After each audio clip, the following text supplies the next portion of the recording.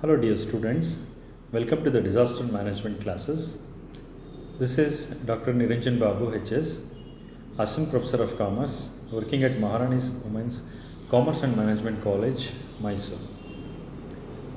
We are making a discussion over the subject disaster management.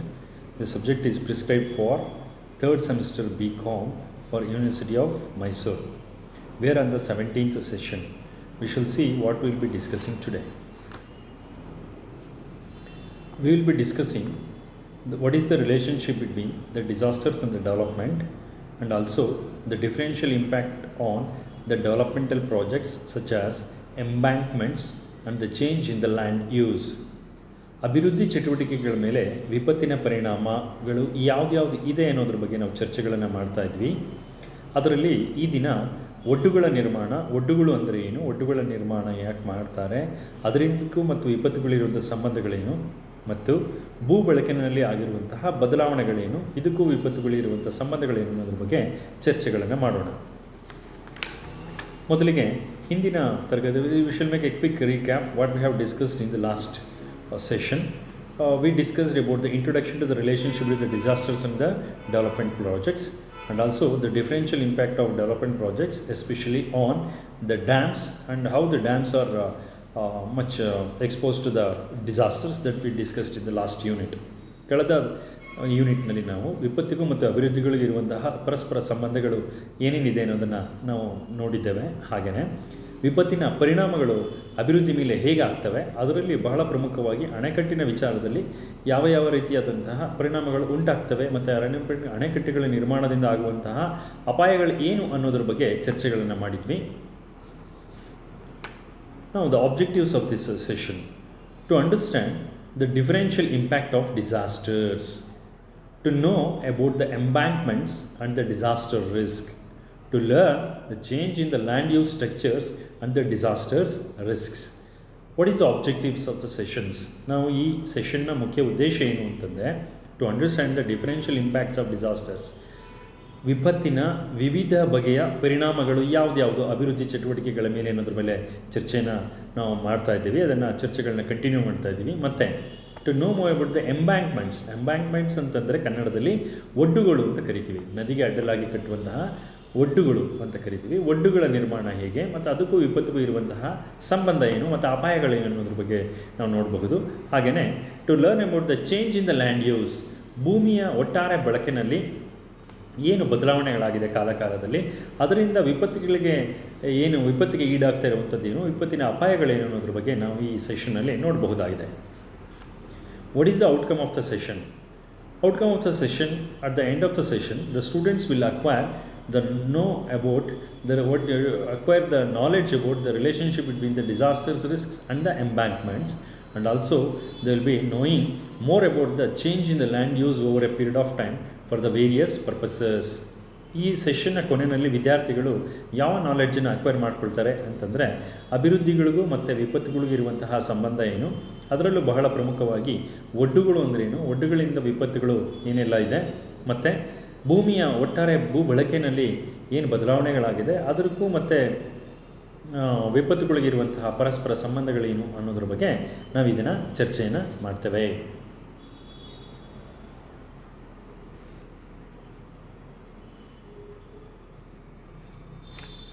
To start with this discussion in this session, the relationship, what is the relationship between the disasters and the development? ಅಭಿವೃದ್ಧಿಗಳಿಗೂ ಮತ್ತು ವಿಪತ್ತಿಗೂ ಇರುವಂತಹ ಸಂಬಂಧಗಳೇನು ಅಂತ. ನಾವು ವಿಪತ್ತು ಅಂತಂದರೆ ಏನು ಅಂತ ನಾವೀಗ already ತಿಳ್ಕೊಂಡಿದ್ದೀವಿ. ವಿಪತ್ತು ಅಂತಂದರೆ ಇದ್ದಕ್ಕಿದ್ದಂತೆ ಬಂದಾಗಿರುವಂತಹ ಒಂದು ಅಪಾಯಕ್ಕೆ ನಾವು ವಿಪತ್ತು ಅಂತ ಕರಿತೀವಿ. ಇದರಲ್ಲಿ ಪ್ರಾಕೃತಿಕ ವಿಪತ್ತುಗಳಿದೆ ಮತ್ತು ಮಾನವ ನಿರ್ಮಿತ ವಿಪತ್ತುಗಳಿದೆ. ಎರಡೂ ಬಗೆಯಲ್ಲಿ ಕೂಡ ಅಪಾರವಾದಂತಹ ಜೀವಹಾನಿ ಆಗುತ್ತೆ, ಆಸ್ತಿಪಾಸ್ತಿ ನಷ್ಟ ಆಗುತ್ತೆ, ಮೂಲಭೂತ ಸೌಕರ್ಯಗಳೆಲ್ಲ ಕೂಡ ನಾಶ ಆಗುತ್ತೆ, ಜನರ ಮೇಲೆ ಅತ್ಯಂತ ಹೆಚ್ಚಿನ ದುಷ್ಪರಿಣಾಮವನ್ನು ಬೀರುತ್ತೆ. ಸಾಮಾಜಿಕವಾಗಿ, ಆರ್ಥಿಕವಾಗಿ ಮತ್ತು ಪರಿಸರದ ಮೇಲೆ ಎಲ್ಲದರ ಮೇಲೂ ಕೆಟ್ಟ ಪರಿಣಾಮವನ್ನು ವಿಪತ್ತುಗಳು ಉಂಟು ಮಾಡ್ತವೆ. ಹಾಗೆ ಅಭಿವೃದ್ಧಿ ಚಟುವಟಿಕೆಗಳು ಏನು ಅಂತ ನಾವು ನೋಡೋದಾದರೆ, ಅಭಿವೃದ್ಧಿಯ ಪದದ ಅರ್ಥದಲ್ಲಿ ನಾವು ನಾಗರಿಕ ಸಮಾಜವನ್ನು ನಿರ್ಮಾಣ ಮಾಡಲಿಕ್ಕೆ ಅಗತ್ಯ ಇರುವಂತಹ ಎಲ್ಲ ಚಟುವಟಿಕೆಗಳನ್ನು ಕೈಗೊಳ್ಳೋದಕ್ಕೆ ನಾವು ಅಭಿವೃದ್ಧಿ ಅಂತ ಕರಿತೀವಿ. ಮತ್ತು ಇದು ಸರ್ಕಾರದ ಮತ್ತು ಸಾರ್ವಜನಿಕರ ಒಂದು ಪ್ರಯತ್ನಗಳ ಫಲವಾಗಿ ಅಭಿವೃದ್ಧಿ ಸಾಧ್ಯ ಆಗುತ್ತೆ ಅಂತ ಹೇಳಿಬಿಟ್ಟು, ಮತ್ತು ನಿರಂತರವಾದಂತಹ ಬೆಳವಣಿಗೆಗೆ ಪ್ರತಿ ಸರ್ಕಾರ, ಸಮುದಾಯ ಮತ್ತು ಎಲ್ಲರೂ ಕೂಡ ಸಾಂಘಿಕವಾಗಿ ಅಭಿವೃದ್ಧಿನ ಸಾಧಿಸಲಿಕ್ಕೆ ಪ್ರಯತ್ನವನ್ನು ಪಡ್ತಾರೆ. ಈ ಅಭಿವೃದ್ಧಿ ಮತ್ತು ವಿಪತ್ತುಗಳ ನಡುವೆ ಸಂಬಂಧಗಳನ್ನು ನಾವು ಚರ್ಚೆ ಮಾಡ್ತಾ ಕಳೆದ ಸೆಷನ್ನಲ್ಲಿ ನಾವು ಅಣೆಕಟ್ಟೆಗಳ ಬಗ್ಗೆ ನಾವು ನೋಡಿದ್ವಿ. ಈ ಸೆಷನ್ನಲ್ಲಿ ಒಡ್ಡುಗಳು ಮತ್ತು ಭೂ ಬಳಕೆಯಲ್ಲಿ ಆಗಿರುವಂತಹ ಒಟ್ಟು ಬದಲಾವಣೆಗಳು ಏನು ಅನ್ನೋದ್ರ ಬಗ್ಗೆ ನಾವು ಚರ್ಚೆಗಳನ್ನ ಮಾಡ್ತಾ ಹೋಗೋಣ. The introduction, what is the relationship between the disasters and the development? Disasters and development, we know that they are very much closely related, and the disasters can be a huge threat to the developmental works, and sometimes the disasters will also create the opportunities for the new development. And after the disasters, the rebuilding activities leads to the development in the affected areas. ನಾವು ವಿಪತ್ತುಗಳಿಗೂ ಮತ್ತು ಅಭಿವೃದ್ಧಿಗೆ ಇರುವಂಥ ಸಂಬಂಧಗಳನ್ನು ನಾವು ಚರ್ಚೆ ಮಾಡಿದಾಗ, ವಿಪತ್ತಿಗೂ ಮತ್ತು ಅಭಿವೃದ್ಧಿಗೂ ಒಂದು ಪೂರಕ ಅನ್ನೋದಕ್ಕಿಂತ ದೇರ್ ಈಸ್ ಎ ರಿಲೇಷನ್ಶಿಪ್, ಒಂದಕ್ಕೊಂದು ಸಂಬಂಧ ಇದೆ. ಮತ್ತು ಈ ವಿಪತ್ತುಗಳಿಂದಾಗಿ ಅಭಿವೃದ್ಧಿ ಚಟುವಟಿಕೆಗಳಿಗೆ ಅತ್ಯಂತ ಹೆಚ್ಚಿನ ಅಪಾಯ ಇದೆ ಅನ್ನುವಂಥದ್ದು ಕೂಡ ನಮಗೆ ಕಳೆದ ಸೆಷನ್ನ ಡಿಸ್ಕಷನಿಂದ ಗೊತ್ತಾಗಿದೆ. ಮತ್ತು sometimes the disaster will also create the new opportunities for the new development. ಹೊಸ ಅಭಿವೃದ್ಧಿ ಚಟುವಟಿಕೆಗಳಿಗೆ ಕೂಡ ವಿಪತ್ತು ಕಾರಣ ಆಗುತ್ತೆ. ಅಂದರೆ ವಿಪತ್ತಿನಿಂದ ಯಾವಾಗ ಪ್ರತಿಯೊಂದು ಕೂಡ ನಾಶ ಆಗಿಬಿಡುತ್ತೆ, ಒಂದು ಮೂಲಭೂತ ಸೌಕರ್ಯಗಳಿರ್ಬೋದು, ರಸ್ತೆ ಇರ್ಬೋದು, ಅಣೆಕಟ್ಟಿರ್ಬೋದು, ಭೂಮಿ ಮೇಲೆ ನಿರ್ಮಾಣ ಮಾಡಿದಂತಹ ವಸತಿ ಯೋಜನೆಗಳಿರಬಹುದು, ಇವೆಲ್ಲವೂ ನಾಶ ಆದಾಗ ಇವುಗಳ ಪುನರ್ನಿರ್ಮಾಣದ ಅಗತ್ಯತೆ ಬೀಳುತ್ತೆ. ಅದರಿಂದಾಗಿ ಹೊಸ ಅಭಿವೃದ್ಧಿಯ ಅವಕಾಶಗಳನ್ನು ವಿಪತ್ತು ತೆರೆದಿರುತ್ತೆ ಅಂತ ಹೇಳಬಹುದು. ಹಾಗೆಯೇ ಡಿಸಾಸ್ಟರ್ಸ್ ಬಂದು ಹೋದ ನಂತರ ರೀಬಿಲ್ಡಿಂಗ್ ಆ್ಯಕ್ಟಿವಿಟೀಸ್ ಅಂದರೆ ಪುನರ್ನಿರ್ಮಾಣದ ಕೆಲಸಗಳು ಏನಿರುತ್ತೆ ಅವು ವಿಪತ್ತು ಸಂಭವಿಸಿದಂತಹ ಪ್ರದೇಶಗಳಲ್ಲಿ ಅತ್ಯಂತ ಹೆಚ್ಚಿನ ಅಭಿವೃದ್ಧಿ ಚಟುವಟಿಕೆಗಳಿಗೆ ಅದು ಅವಕಾಶವನ್ನು ನೀಡುತ್ತೆ ಅಂತ ಹೇಳಬಹುದು. Disasters limits the development or the progress. Disasters ಪುನರ್ನಿರ್ಮಾಣಕ್ಕಿಂತ ಮುಂಚಿನ ಪರಿಸ್ಥಿತಿನ ನಾವು ನೋಡೋದಾದರೆ, the disasters the limit the development or the progress. ಅಭಿವೃದ್ಧಿಯನ್ನು ತಡೆಯುವಂತಹ ಶಕ್ತಿ, ಅಭಿವೃದ್ಧಿನ ನಾಶ ಮಾಡುವಂತಹ ಶಕ್ತಿ, ಅಭಿವೃದ್ಧಿಗೆ ಅಡೆತಡೆಗಳನ್ನು ಒಟ್ಟುವಂತಹ ಶಕ್ತಿ ವಿಪತ್ತುಗಳಿಗಿದೆ. ಯಾವಾಗ ವಿಪತ್ತಿಗೆ ಈಡಾಗ್ತದೆ ಆವಾಗ ಯಾವುದೇ ರೀತಿಯಾದಂತಹ ನಾಗರಿಕ ಸಮಾಜದ ಕುರುಹುಗಳು ಕೂಡ ಅಲ್ಲಿ ಉಳಿದಿರೋದಿಲ್ಲ, ಮತ್ತು ಇಡೀ ಸಮುದಾಯ ಅದರಿಂದಾಗಿ ನರಳ್ತಾ ಇರುತ್ತೆ. ಇಡೀ ಸಮುದಾಯ ಅಥವಾ ಸಮಾಜದಲ್ಲಿ ನಾವೇನು 3 ಥರದ ಕ್ಯಾಟಗರೀಸ್ ಆಫ್ ಪೀಪಲ್ನ ನೋಡ್ತೀವಿ, ಶ್ರೀಮಂತ, ಮಧ್ಯಮ ವರ್ಗ ಮತ್ತು ಬಡವರು ಅಂತ ಏನು ನೋಡ್ತೀವಿ, ಈ 3 ವರ್ಗದ ಜನರು ಕೂಡ ಈ ವಿಪತ್ತುಗಳಿಂದಾಗಿ ಅವರು ಅತ್ಯಂತ ಹೆಚ್ಚಿನ ತೊಂದರೆಗಳನ್ನು ಅನುಭವಿಸ್ತಾರೆ. ಹಾಗಾಗಿ ಈ ವಿಪತ್ತುಗಳಿಗೂ ಮತ್ತು ಅಭಿವೃದ್ಧಿಗಳಿಗೂ ಇರುವಂತಹ ಸಂಬಂಧಗಳ ಬಗ್ಗೆ ಆಡಳಿತ ನಡೆಸುವಂತಹ ವ್ಯಕ್ತಿಗಳು ಅತ್ಯಂತ ಹತ್ತಿರದಿಂದ ಈ ಸಂಬಂಧವನ್ನು ಸ್ಟಡಿ ಮಾಡ್ತಾ ತಮ್ಮ ನೀತಿಗಳನ್ನು ರೂಪಿಸುವಂಥ ಅಗತ್ಯತೆ ಇದೆ ಅಂತ ಹೇಳಬಹುದು.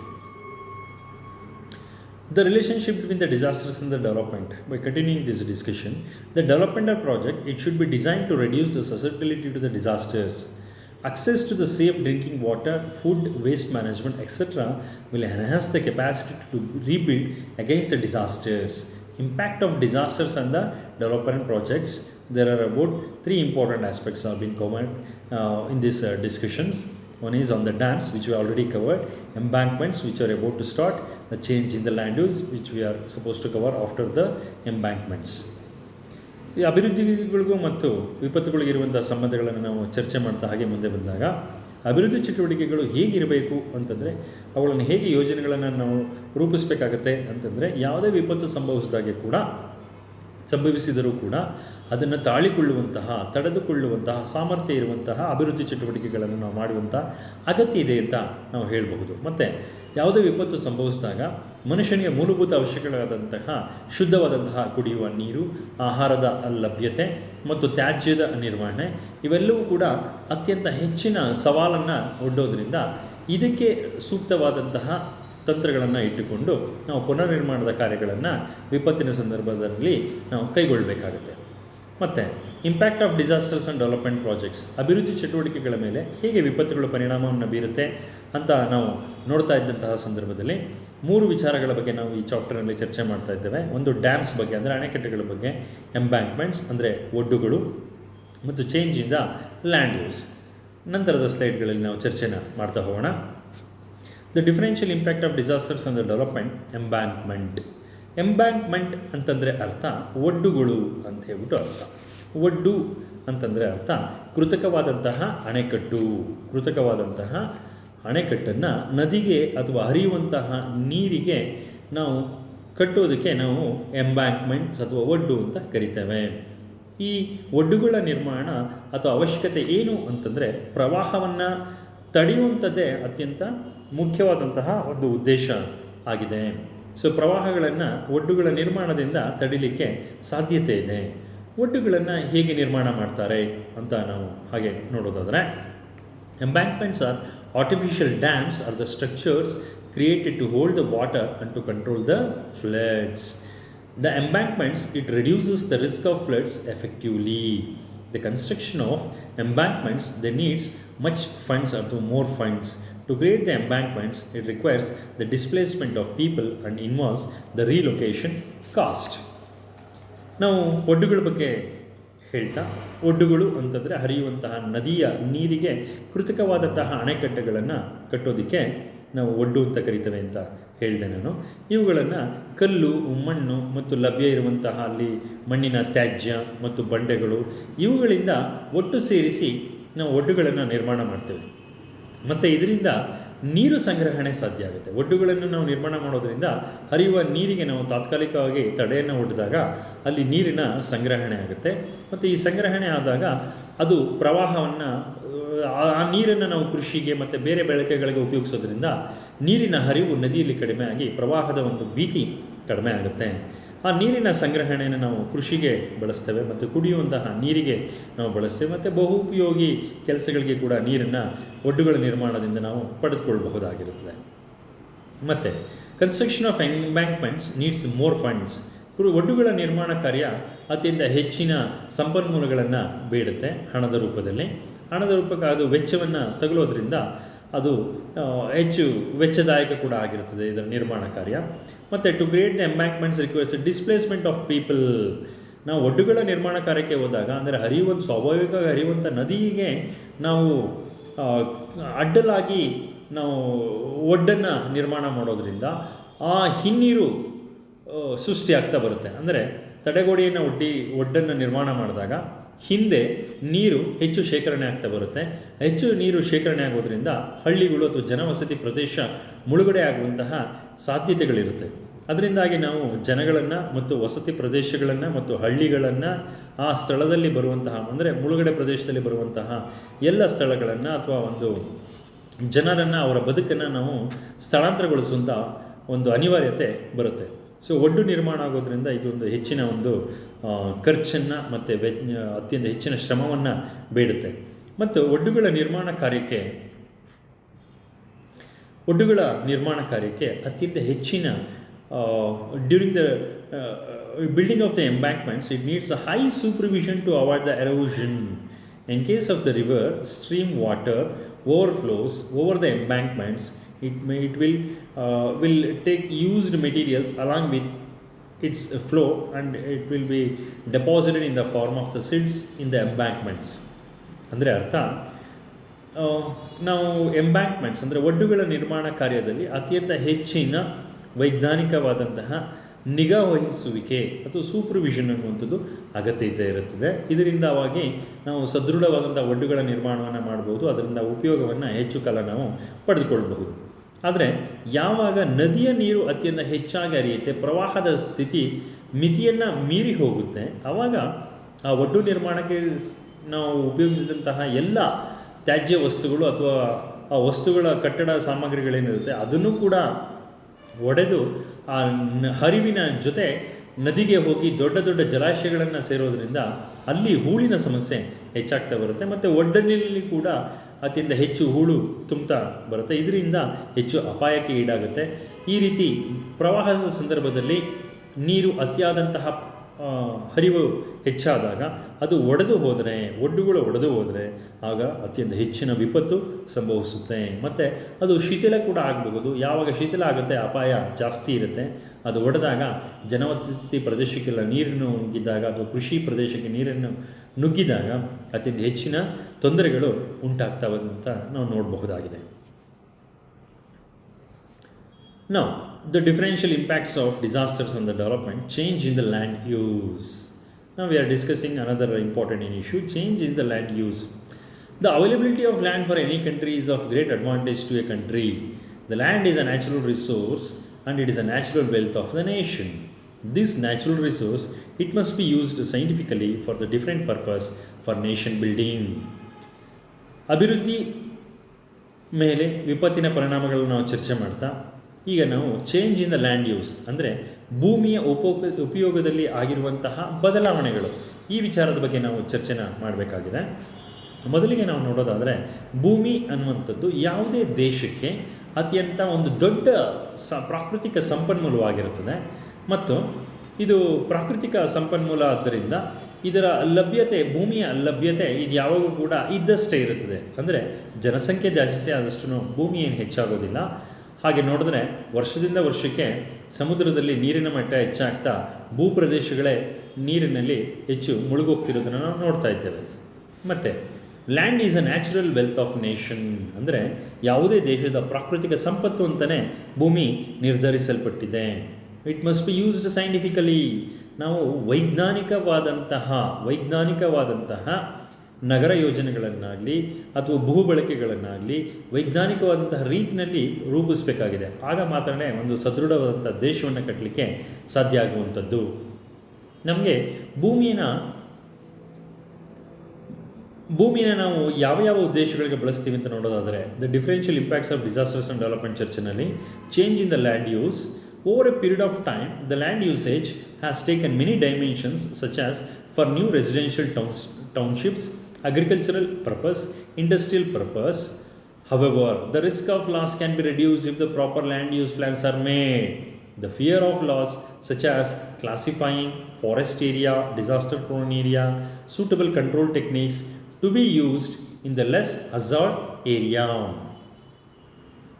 Now, ಭೂಮಿಯ ಉಪಯೋಗದಲ್ಲಿ over a period of time ಅಂದರೆ ಕಾಲಾನಂತರದಲ್ಲಿ ನಾವು ಭೂಮಿಯ ಬಳಕೆಗಳನ್ನು ನಾವು ಮನುಷ್ಯ ಯಾವ್ಯಾವೆಲ್ಲ ಕಾರಣಗಳಾಗಿ ಮಾಡ್ತಾ ಇದ್ದಾನೆ ಅಂತ ನಾವು ನೋಡೋದಾದರೆ ಅದು ಕೃಷಿಯ ಉದ್ದೇಶ ಇರಬಹುದು. ಕೃಷಿಗಾಗಿ ನಾವು ಭೂಮಿಯನ್ನು ಬಳಕೆ ಮಾಡ್ತೇವೆ, ವಸತಿ ಪ್ರದೇಶಗಳ ನಿರ್ಮಾಣಕ್ಕಾಗಿ ಮಾಡ್ತೇವೆ, ಹಾಗೆ ಪ್ರಾಕೃತಿಕವಾದಂತಹ ಕಾಡುಗಳು, ಆ ಕಾಡುಗಳು ಕೂಡ ಭೂಮಿಯ ಬಳಕೆಯಲ್ಲಿ ಸೇರಿಕೊಳ್ಳುತ್ತೆ. ಹಾಗೆ ಕೈಗಾರಿಕಾ ಉದ್ದೇಶಗಳಿಗಾಗಿ ನಾವು ಭೂಮಿಯನ್ನು ಉಪಯೋಗಿಸ್ತೇವೆ ಮತ್ತು ಅಣೆಕಟ್ಟು ಮತ್ತು ಒಡ್ಡುಗಳ ನಿರ್ಮಾಣ ಕಾರ್ಯಕ್ಕಾಗಿ ನಾವು ನೋಡಿಸ್ತೀವಿ.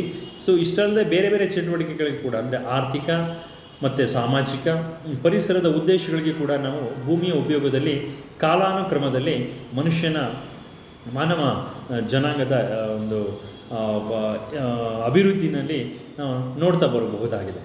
ಮತ್ತು ಬಹಳ ಆಸಕ್ತಿದಾಯಕ ವಿಚಾರ ಏನು ಅಂತಂದರೆ ಭೂಮಿ ಎನ್ನುವಂಥದ್ದು ಎಲ್ಲರಿಗೂ ಸೇರಿತು. ಇದರ ಲಭ್ಯತೆ ಇದ್ದಷ್ಟೇ ಇರುತ್ತೆ, ಜಾಸ್ತಿ ಆಗೋದಿಲ್ಲ. ಆದರೆ ಜನಸಂಖ್ಯೆ ಮಾತ್ರ ಕಾಲದಿಂದ ಕಾಲಕ್ಕೆ ಜಾಸ್ತಿ ಆಗ್ತಾನೇ ಹೋಗ್ತಾ ಇದೆ. ಈ ಜಾಸ್ತಿ ಆಗ್ತಾ ಇರೋದ್ರಿಂದ ಲಭ್ಯ ಇರುವಂತಹ ಭೂಮಿ ಮೇಲೆ ಪ್ರತಿಯೊಬ್ಬರಿಗೂ ತಮಗೆ ಬೇಕು ಅಂತ ಹೇಳ್ಬಿಟ್ಟು ಎಲ್ಲರೂ ಪೈಪೋಟಿ ಮಾಡ್ತಿರೋದ್ರಿಂದ ಭೂಮಿಯ ಬೆಲೆಗಳು ಏನಾಗಿದೆ, ನಗರ ಪ್ರದೇಶಗಳಲ್ಲಾಗಬಹುದು ಅಥವಾ ಗ್ರಾಮೀಣ ಪ್ರದೇಶಗಳಲ್ಲಾಗಬಹುದು, ಅದು ಕೃಷಿ ಭೂಮಿ ಆಗ್ಬೋದು, ಕೃಷಿಯೇತರ ಭೂಮಿ ಆಗಬಹುದು, ಅತ್ಯಂತ ಹೆಚ್ಚಿನ ಬೆಲೆಗೆ ಮಾರಾಟ ಆಗ್ತಿರುವಂಥದ್ದು ಮತ್ತು ಆ ಬೆಲೆ ಕೈಗೆಟಕಲಾರದಂತಹ ಪರಿಸ್ಥಿತಿಗೆ ಸಿಲುಕಿರುವಂಥದ್ದನ್ನು ನಾವು ನೋಡ್ತೀವಿ. ಮತ್ತು ಯಾವುದೇ ಭೂಮಿಯ ಒಂದು ಬಳಕೆ ಏನಿದೆ ಅದು ಒಂದು ನೀತಿ ಮತ್ತು ಯೋಜನೆಗೆ ಒಳಪಟ್ಟಿರಬೇಕಾಗುತ್ತದೆ ಮತ್ತು ಅದಕ್ಕೊಂದು ನಿಯಂತ್ರಣಗಳನ್ನು ಕೂಡ ನಾವು ಸಾಧಿಸಬೇಕಾಗುತ್ತೆ. ಭೂಮಿಯ ಉಪಯೋಗವನ್ನು ಮಾಡುವಂಥದ್ದು ಎಲ್ಲ ಸರ್ಕಾರಗಳಿಗೂ ಎಲ್ಲ ಸಮುದಾಯಗಳಿಗೂ ಅತ್ಯಂತ ದೊಡ್ಡ ಸವಾಲು ಮತ್ತು ಇದು ಅತ್ಯಂತ ಕಷ್ಟಕರವಾದಂತಹ ಕ್ಲಿಷ್ಟಕರವಾದಂತಹ ಒಂದು ಸಂಗತಿಯಾಗಿರುತ್ತದೆ.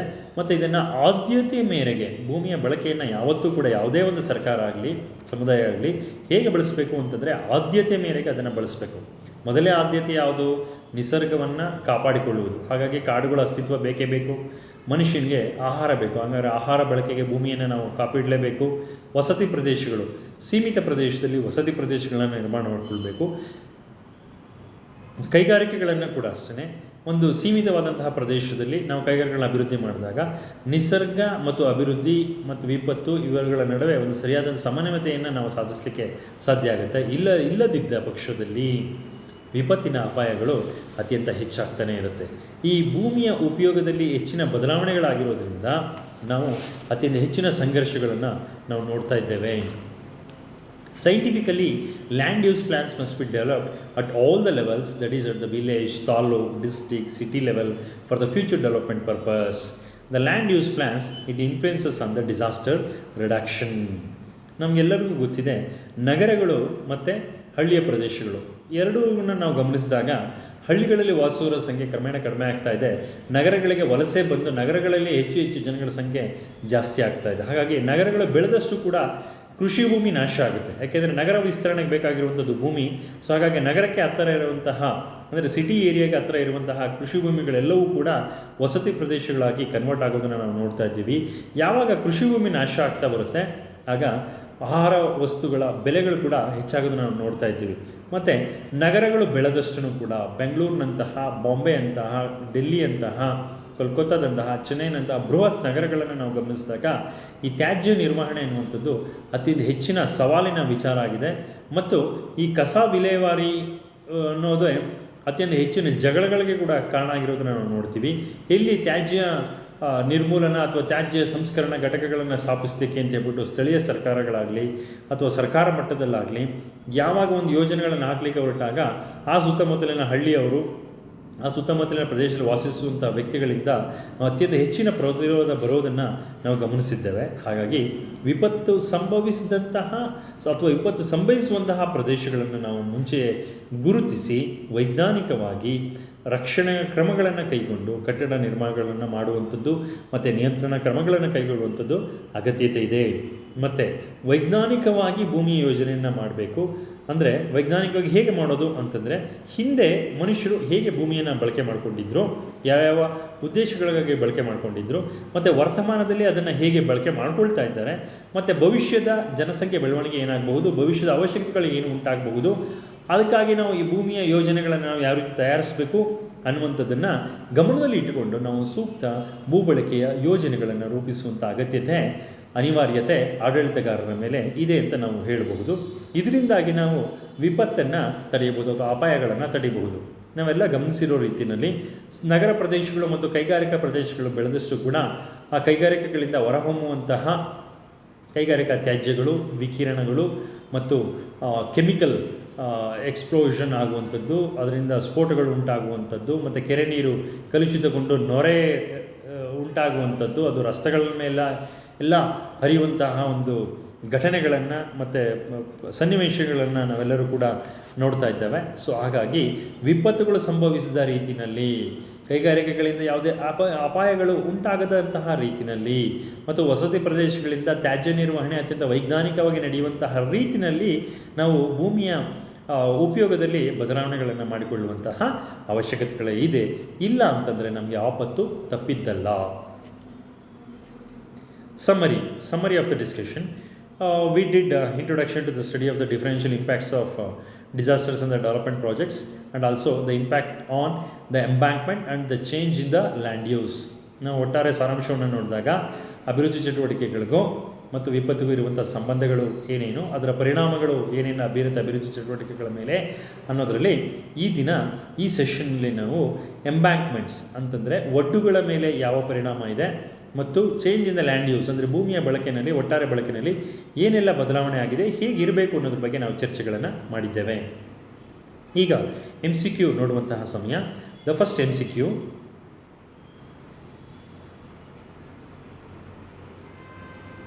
ಎಂಬ್ಯಾಂಕ್ಮೆಂಟ್ಸ್ ಆರ್ ಒಡ್ಡುಗಳು ಎಂದರೆ, first option rise the banks of a river to control the flood, lower the banks of a river to control the flood, structure across the lakes and none of the above, D option. 4 ಆಪ್ಷನ್ಗಳಿದೆ. ನಮಗೆ ಪ್ರಶ್ನೆ ಕೇಳಿರೋದಲ್ಲಿ embankments ಎಂದರೆ, ಒಡ್ಡುಗಳು ಎಂದರೆ, rise the banks of a river to control the flood, ಪ್ರವಾಹಗಳನ್ನು ತಡೆಗಟ್ಟಲಿಕ್ಕೋಸ್ಕರ ಎತ್ತರದ ಗೋಡೆಯ ಪ್ರದೇಶಗಳನ್ನು, ತಡೆಗೋಡೆಗಳನ್ನು ತಾತ್ಕಾಲಿಕವಾಗಿ ನಿರ್ಮಿಸುವಂಥದ್ದು ಅಥವಾ ಒಡ್ಡುಗಳ ನಿರ್ಮಾಣ ಮಾಡುವಂಥದ್ದನ್ನು ನಾವು ಒಡ್ಡುಗಳು ಅಂತ ಕರೀಬಹುದು ಅಂತ ಇದೆ. ಇದು ಸೂಕ್ತವಾದಂಥ ಅನಿಸುತ್ತೆ. ನೋಡೋಣ ಬೇರೆ ಆಪ್ಷನ್ಸ್ ಏನಿದೆ ಅಂತ. To lower the banks of a river, ನದಿ ಹರಿಯುವಂತಹ ನದಿ ತೀರದ ಪ್ರದೇಶಗಳನ್ನು ತಗ್ಗಿಸುವುದು.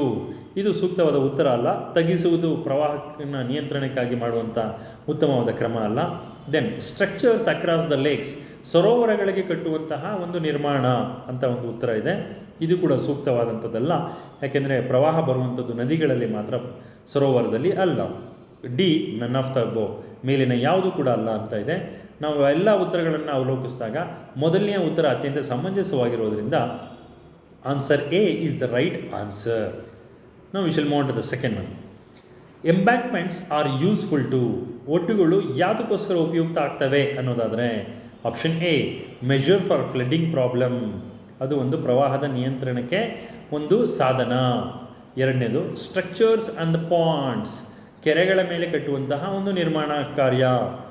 ಫಾರೆಸ್ಟೇಷನ್, ಅರಣ್ಯೀಕರಣ ಮಾಡುವಂತಹ ಕ್ರಿಯೆಗೆ ಎಂಬ್ಯಾಂಕ್ಮೆಂಟ್ ಅಂತ ಕರಿತೀವಿ.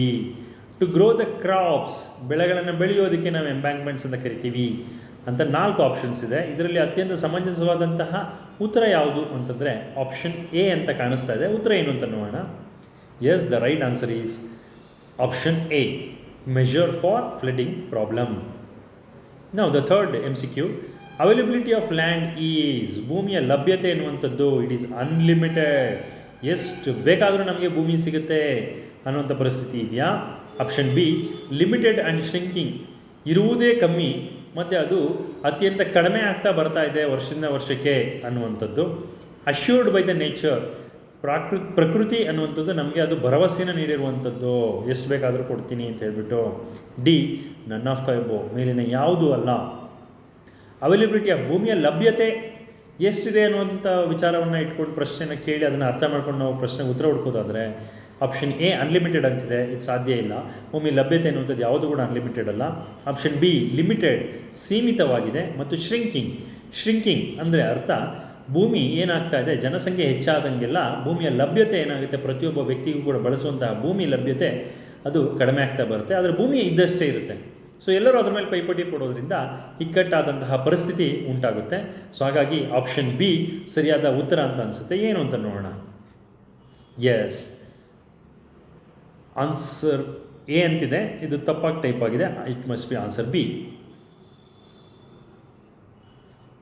Effects of change in the land use, soil erosion, deforestation, degradation of soil, all of the above options are given. Effects of change in the land use, ಭೂಮಿ ಬದಲಾವಣೆಯಲ್ಲಿ ಏನು ಬದಲಾವಣೆ ಆಗಿದೆ ಅಂತ ನಾವು ನೋಡೋದಾದರೆ ಸಾಯಿಲ್ ಎರೋಷನ್ ಅಂದರೆ ಮಣ್ಣಿನ ಸವಕಳಿ ಆಗಿದೆ, ಡಿಫಾರೆಸ್ಟೇಷನ್ ಅರಣ್ಯ ನಾಶ ಆಗಿದೆ, ಡಿಗ್ರೇಡೇಷನ್ ಆಫ್ ಸಾಯಿಲ್ ಅದರಿಂದಾಗಿ ಏನಾಗಿದೆ, ಭೂಮಿಯ ಸವಕಳಿ ಅನ್ನುವಂಥದ್ದು ಕಡಿಮೆ ಆಗಿಬಿಟ್ಟಿದೆ, ಭೂಮಿಯ ಒಂದು ಫಲವತ್ತತೆ ಅಥವಾ ಅದರ ಒಂದು ಗುಣಮಟ್ಟ ಕಡಿಮೆ ಆಗಿಬಿಟ್ಟಿದೆ ಅಂತಿದೆ. ಸೊ ಭೂಮಿ ಹೆಚ್ಚು ಬಳಕೆ ಆದಂತೆಲ್ಲ ಈ ಮೂರೂ ಒಂದು ದುಷ್ಪರಿಣಾಮಗಳನ್ನು ನೋಡ್ತಿರೋದ್ರಿಂದ answer must be the D, all of the above. Yes, answer D. Next last MCQ, land use plans influences on the disaster reduction. This statement is whether it is true or false or true and false together and none of the above. ಯಾವ option ಅಂತ ನೋಡಿದಾಗ land use plans influences on the disaster reduction, ಅಪಾಯಗಳನ್ನು ಕಡಿಮೆ ತಗ್ಗಿಸುವಲ್ಲಿ ಸೂಕ್ತವಾದಂತಹ ವೈಜ್ಞಾನಿಕವಾದಂತಹ ಭೂ ಬಳಕೆಯ ಯೋಜನೆಗಳು ಪರಿಣಾಮವನ್ನು ಬೀರ್ತದ ಇಲ್ಲ ಅಂತ ಹೇಳ್ಬಿಟ್ಟು ಖಂಡಿತವಾಗಿ ಪರಿಣಾಮವನ್ನು ಬೀರೋದ್ರಿಂದ option A is the right answer. So ಇಲ್ಲಿಗೆ ನಮ್ಮ ಡಿಸ್ಕಷನ್ ಮುಗಿದಿದೆ. ನಾವು ಈ ದಿನ